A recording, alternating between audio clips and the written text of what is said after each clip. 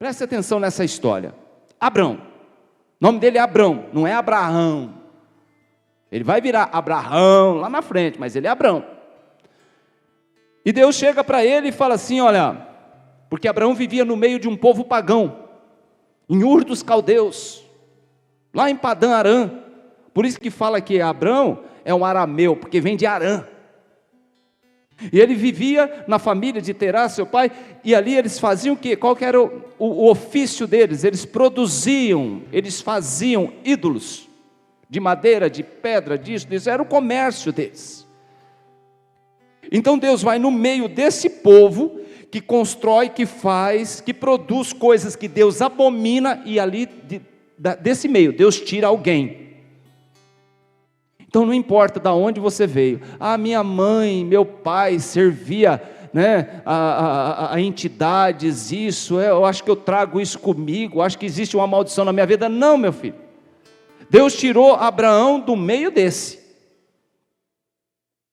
Então pare de culpar seu pai, sua avó, sua tia, seus antepassados por aquilo que você é hoje. Não, hoje você é diferente, você é uma pessoa exclusiva de Deus. Deus tem algo a partir de você. E Deus chega para Abraão e fala assim, olha Abraão, sai do meio desse povo. Primeira coisa, para a gente reorganizar a vida, para a gente começar um processo novo, a gente tem que sair do meio. Sai do meio desse povo, sai dessa tua terra, sai da sua terra, sai do meio da sua parentela. Há pessoas, meu irmão, minha irmã, que estão acomodadas no meio da parentela. Há pessoas que não saem dali de jeito nenhum. Há pessoas que vivem, que não saem para receber aquilo que Deus às vezes quer fazer única e exclusivamente para ela. Deus quer com ela, Deus tem um particular com ela, Deus tem um projeto para aquela pessoa, mas ela está acomodada, ela está afundada.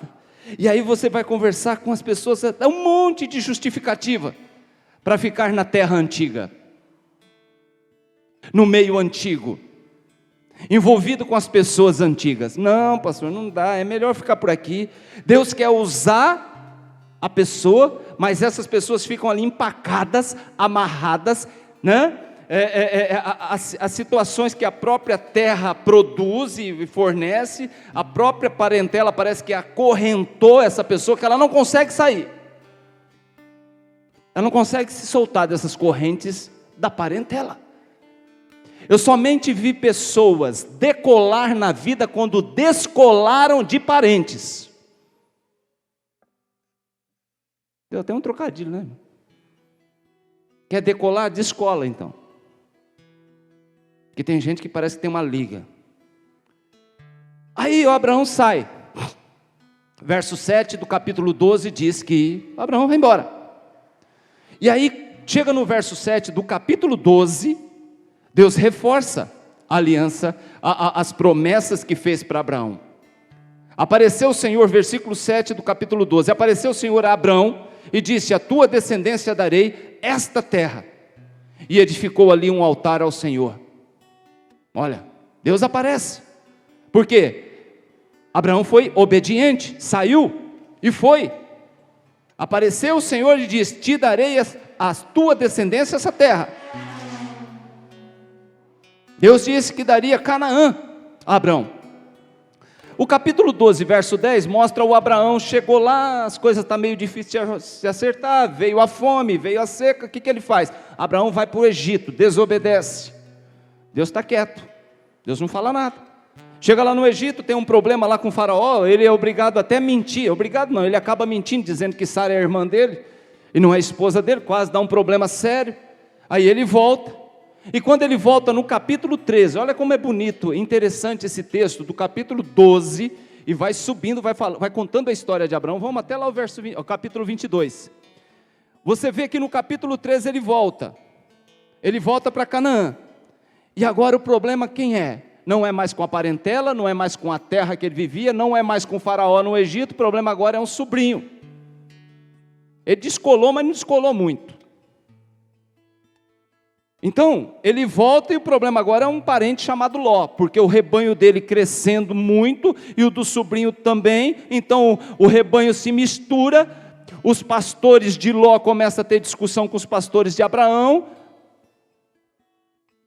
E aí? O que acontece? Abraão fala assim, olha, Ló, faz o seguinte, você conhece tudo daqui. Escolhe um lugar para você viver, para você morar, para você ter o seu rebanho e levar seus pastores e seu rebanho. Aí ele olha para aquela terra seca, região de Berseba, dentro de Canaã. Você anda ali, você vê, é só deserto. Só que você chega próximo, você vê que tem uma graminha que nasce nesse deserto. Então o Ló, ele olha para aquilo e vê aquele negócio seco. De repente ele olha para as campinas do Jordão, ele vê aquele negócio verde, um rio que corre lá embaixo. As campinas do Jordão, duas cidades lindas, maravilhosas, uma chama Sodoma e outra chama Gomorra. Ele falou, não, eu quero ali. E Ló vai.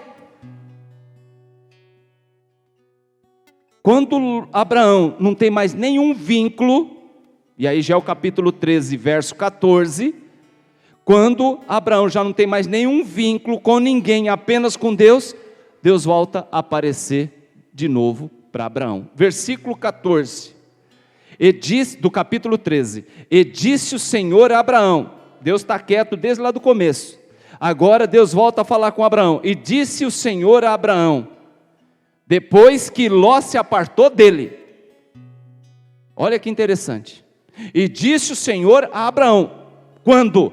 Depois que Ló se apartou dele. Fala assim, enquanto você está andando com esse camarada, a gente não conversa. Então é interessante. Então aqui eu dei uma paradinha e fiquei pensando, gente, cuidado com quem você anda. Muitas vezes isso represa as bênçãos do Senhor na nossa vida, porque a gente anda muitas vezes com pessoas que não tem negócio com Deus, não tem vida com Deus. Cuidado com quem você faz negócios. Lembra do tal de jugo desigual? Cuidado. Cuidado quem você coloca dentro da sua casa para trabalhar, na sua empresa. Estou pedindo para contratar crente não, viu? Não é isso não. Tá? Porque até com esses tem que tomar cuidado. Porque infelizmente as maiores decepções na minha vida profissional que eu tive foi com esse tipo de gente. E diz, eu sirvo ao Senhor, não minto mais nem para ganhar dinheiro. Mentira. E ao mesmo tempo trabalhei com pessoas honestas, sensatas, decentes, que ainda não conheciam Cristo, que foram conhecer através da gente.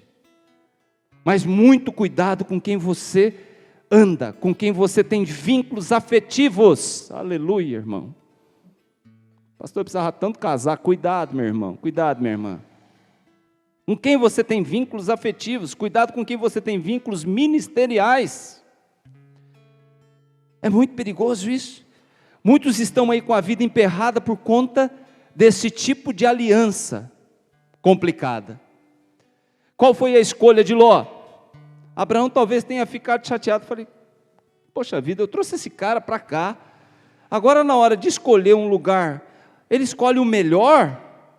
Ele escolhe as campinas do Jordão, aquela coisa linda lá embaixo, e me deixa aqui nesse... Talvez, isso não está na Bíblia, mas talvez ele tenha ficado até chateado com a decisão de Ló, que escolheu os melhores, né, as melhores terras, e deixou ele no deserto. Aí, no verso 14, aparece Deus, né, e faz uma promessa a Abraão, no capítulo 13.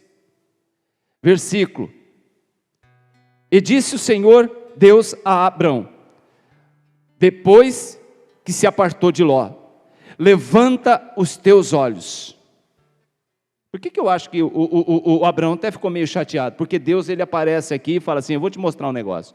Levanta os teus olhos agora, Abraão, e olha desde o lugar onde você está, para o lado norte, para o lado sul, para o lado oeste, para o lado leste. Porque toda essa terra eu hei de dar a ti e a sua descendência, para sempre. O que Deus estava fazendo com Abraão aqui, gente? Uma promessa. Ergue os olhos, olha para os quatro cantos. Toda essa terra que vês, lhe darei a ti e a tua descendência para sempre. As promessas de Deus eram para Abraão e para a sua descendência. Em outras palavras, estava dizendo para Abraão, o melhor, Abraão, ficou com você. Não olhe lá para as campinas do Jordão, o melhor ficou para você. Ló, ele foi para as campinas do Jordão, a região de Sodoma e Gomorra, que pareciam serem lugares melhores, excelentes, perfeitos para ele, porém longe da presença de Deus. E aqui Deus me chamou a atenção na preparação da mensagem. Cuidado também com esse detalhe. Muitas vezes aquilo que enche os seus olhos não tem Deus no negócio. Deus está falando hoje, viu, gente? Presta atenção aí, viu? Toma, receba! Nem sempre aquilo que agrada os seus olhos agrada o coração de Deus, os olhos de Deus.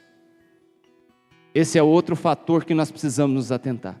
Nem sempre aquilo que parece bom, bonito e prazeroso, Deus está no negócio.